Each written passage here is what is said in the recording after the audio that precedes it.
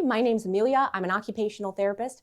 I'm also the owner and founder of Higher Standards Caregiver Training, and I'm back this week to answer a question that came in from last week's video, which was all about why we don't teach bear hug transfers at Higher Standards Caregiver Training.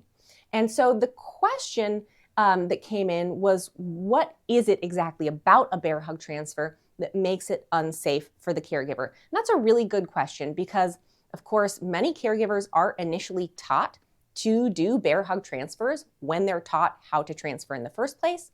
And it does bring the weight of the person who is being assisted close to the body of the caregiver, which is a principle of safe lifting. However, it's not safe for one really big reason, and that is control. When someone has their arms around your body, and even sometimes around your neck, which often happens during bear hug transfers, big no-no during transfers, that gives that person a ton of control over your body. And so in a case where perhaps the person being assisted is confused, maybe they become frightened, maybe they start to panic, perhaps they're impulsive, and for whatever reason, they decide they don't want that transfer to happen right then and there.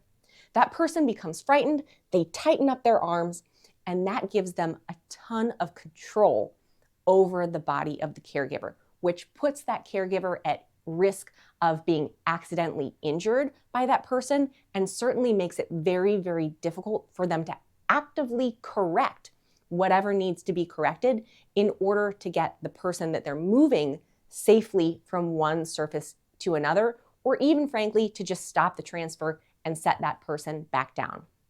The other problem that can happen is if someone panics during a bear hug transfer, and for whatever reason, that person begins to slide and they need to be lowered to the ground. Being in a bear hug prevents the caregiver from safely using good body mechanics to lower someone to the ground, and instead forces them into a position where the weight of the person is hanging off of their upper body, and that is never a safe position to be in.